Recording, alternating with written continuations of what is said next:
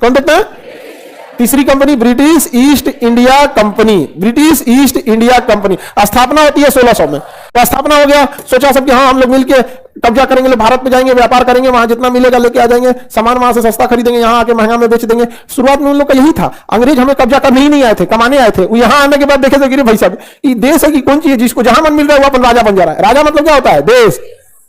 राजा मतलब देश। एक देश में 2 राजा होगा नहीं। तो हमारे यहाँ देखा गया कि भाई साहब देश देश वाली बातें नहीं है। यहाँ जो जिस जाति का है अपनी जाति के राजा को सर्वश्रेष्ठ समझ रहा है। वरना भारत को देखेंगे तो सबसे पहले भारत को चंद्रगुप्त मौर्य और अशोक ने पूरे अखंड भारत को संभाला, कनिष्क संभाला, हर्षवर्धन आधे बार संभाला, यहाँ पे अकबर संभाला। इसलिए जो बड़े बड़े शासक रहेंगे देखिए अशोक महान, ध्यान से समझते हैं। ब्रिटिश ईस्ट इंडिया कंपनी स्थापना कब होती है? स्थापना होने वाली दूसरी कंपनी, लेकिन भारत में आने वाली तीसरी कंपनी। डचों की स्थापना इससे बाद हुई, लेकिन वो चले आए सब, लेकिन ये नहीं किया। इसमें भी नौटंकी क्या हुआ?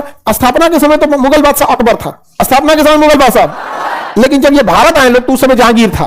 तो स्थापना के समय 1605 में मरता है अकबर, तो स्थापना के समय अकबर, लेकिन जब ये भारत में आया तो जहांगीर।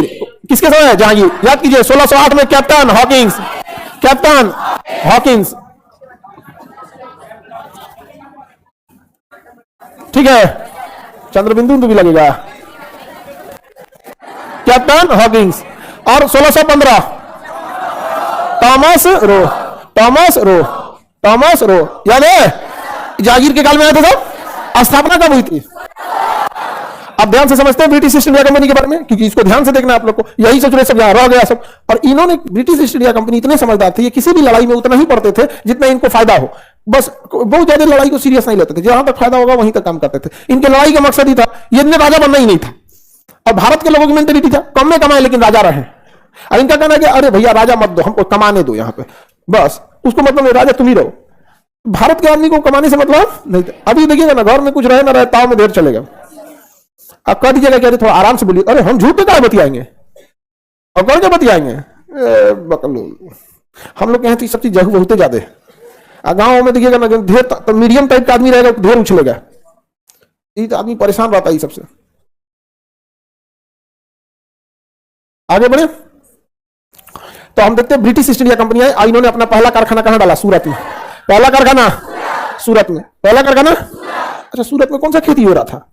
कपास वगैरह अच्छा से मिल जाता। और ब्रिटेन में कपड़े वगैरह के लिए बहुत प्रचलन था। तो महाराष्ट्र और गुजरात के कपास को लेते थे, वहां से धागा वगैरह बना कहां भेजते थे? ब्रिटेन। और ब्रिटेन से मॉडर्न डिजाइन के कपड़े आते थे, मॉडर्न डिजाइन के कपड़े आते, कोट वगैरह। और वहां की मशीनें देखिए, मशीन से अगर कपड़े को बीनिएगा ना तो उसकी रेसे छोटे रहेंगे, पहनने में थोड़ा स्मूथ रहेगा। यहाँ पे हमारे यहाँ जो था हाथ से चलने वाले हेलमेट थे, वो गमछा कपड़ा होता था, धागवा दिखता था, हाँ इससे सही से गया है यहाँ पे। तो यहाँ ब्रिटेन वाले यहाँ कपड़ा बेचने लगे सब फर्स्ट क्लास, कहा सब भाई बहुत फायदा है। और सबसे ज्यादा मार्जिन अगर दवा में है फिर कपड़ा में है। 3 चीज में कमाई बहुत छुपा रहता है, पता नहीं चलता। दवाई, कपड़ा और बिल्डिंग। जो जमीन उमीन होता है ना, जिसे रियल एस्टेट कहते हैं, इसमें बहुत कमाई रहता है, पता ही नहीं चलता कि कितना का होगा ही, समझे? पता ही नहीं चलता है। 80 पैसा का मास्क था, सर्जिकल मास्क हुआ, जो हरे नहीं हरियर रंग का, एक दो बार यूज करके 80 पैसा का, बढ़िया साइज, बढ़िया टाइप, 80 पैसा का। सोचिए मेडिकल में बहुत सारा ऐसी दवाइयां हैं जो 15 रुपया की आती हैं, 100 रुपए की बिकती हैं। वहां बिल्ड जमीन का व्यापार, अरे एक के जमीन में 4 बार बेच देता है। कपड़े वगैरह का भी व्यापार बहुत मार्जिन होता है यहाँ पे। गुजरात वगैरह में जाएंगे, महाराष्ट्र साइड में, वहां भी बहुत व्यापार होता है सबका, थोक में कपड़ा बिकते हैं सब। और कपड़ों का तो आइडिया पुरुष को उतना नहीं रहता है, आप लोग को तो ज्यादा आइडिया रहता है, पुरुष को ही सबसे मतलब नहीं रहता है। उनसों के भरोसे कपड़ा का दुकान चले तो डेली 2 कंपनी दिवालिया होगी। हाँ? पुरुष सबको ना शौक नहीं होता है कपड़ा उपड़ा पहनने का, उनको ये होता है कि टोक मत दे, कहता है ए भाई 15 दिन से ये पहन ले बढ़ाओ, वो इस डरे चेंज करता है। उनके अंदर शौक होता है आप लोगों को। और अगर उसको शौक हो गया ना कपड़ा उपड़ा चेंज कर रहा है तो समझिए कहीं ना कहीं डेमो दे रहा है कहीं ना कहीं नया बतियाव शुरू किया कहीं कहीं। अदरवाइज में उसको शौक नहीं, इंटरनली तो उसको शौक नहीं होता है, नहीं समझे? अगर उसको शौक है, अगर बहुत कहीं बाल झाड़ के एकदम निकल रहा है इधर, तो समझिए कि गई बाबू जा तो आप लोगों को तो शौक होता है एकदम। यहाँ पे सबका अपना अपना मेंटल बनावट भी इसे होता है, सबको अपने अपने। यहाँ पे तो इन लोगों को बहुत फायदा हुआ, किन सबको? ब्रिटेन वाले, अंग्रेज वालों को, अंग्रेजों को। यहाँ पे अब अंग्रेज आगे आने लगे सब। यहाँ पे अंग्रेजों ने 3-4 ठोक किला बनवा दिया। मद्रास में किला बनाया, कहां बनाया? मद्रास में किला बनवा दिया। कलकत्ता में किला बनवाया, कहां कहां? मद्रास और कलकत्ता में।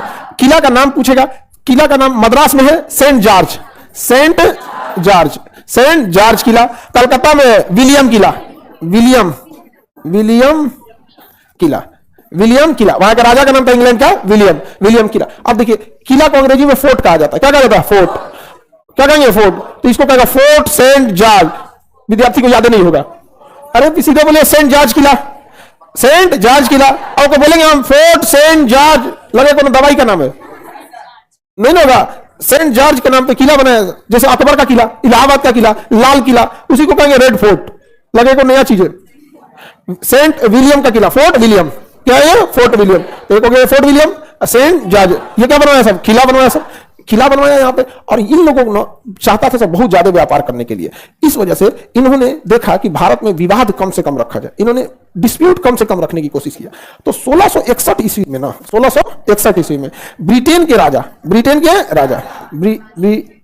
राजा और पुर्तगाल की रानी, पुर्तगाल की रानी, ये दोनों फंस गया सब।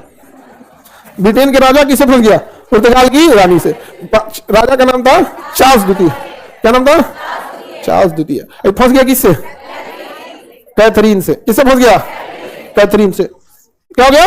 कैथरीन से फंस गया। तो ब्रिटेन के राजा चार्ल्स द्वितीय का विवाह हो गया किससे? कैथरीन से। हाँ, कैथरीन से। इससे फायदा हुआ ब्रिटेन वाले को। ब्रिटेन वाले को क्या हुआ? फायदा हुआ, क्योंकि पहले से थे पुर्तगाल वाले भारत में, पुर्तगाली से भारत में पहले से थे, और उनको 100 साल ज्यादा का अनुभव था, और सारा अनुभव साझा कर दिया पुर्तगाल वालों ने किससे? ब्रिटेन वालों को। अब ये तो दोनों सब रिश्तेदार हो गया, सब संधि हो गया, समझो। और ये पुर्तगाल वालों ने कहा कि भाई भारत में अथाह पैसा है, तुमको हम बोलते हैं पैसा कमाओ। तो ये पुर्तगाली सब कहा सब कि हम बंबई बंदरगाह पे कब्जा कर लिए हैं। कहां कब्जा कर लिए हैं? बंदरगाह पर कब्जा कर लिए हैं। बंबई बंदरगाह पर किसने कब्जा कर लिया था? पुर्तगालियों। इन्होंने बंबई बंदरगाह चार्ल्स द्वितीय को दहेज में दे दिया। किसमें दे दिया? दहेज में दिया। क्या पैसा वैसा कोई दिक्कत नहीं, घुमाने उन्होंने लेते रहिए यहाँ पर हीरोइन, ये सबको भी कैथरीन उथरीन थी यहाँ पे। इन सबको पता नहीं अभी महारानी कैसे दिमाग का शासन करती, सब हम लोग को कोई खास तो आइडिया नहीं। हाँ, दहेज दिया था पुर्तगालियों ने। दहेज में क्या दे दिया? बंबई बंदरगाह, बंबई बंदरगाह। अभी बंबई बंदरगाह राजा करेगा क्या? तो उसने कहा ईस्ट इंडिया कंपनी से। किसे? ईस्ट इंडिया कंपनी, हमको पैसे भाड़ा देना, ये बंदरगाह यूज करो। बंदरगाह यूज करने लगे सब। अब जब यहां पे आया तो देखिए अंग्रेजों के साथ कितना प्लस पॉइंट था। तो जो ब्रिटेन वाले थे सब, कौन वाले? ब्रिटेन। इनसे किसी को झगड़ा, कितना फायदा हुआ? पुर्तगालियों से क्या हो गया? बिया हो गया पुर्तगालियों से। अब तो कभी ये सब लड़ाई होगा नहीं। तो ब्रिटेन वाले की ये तो हुआ से लड़का वाला हो गया सब। पुर्तगाली बहुत इज्जत करता था सब, समझा कि नहीं गया? अब ब्रिटेन वाला आया सब, और 1717 में 1717 फारूक सियर,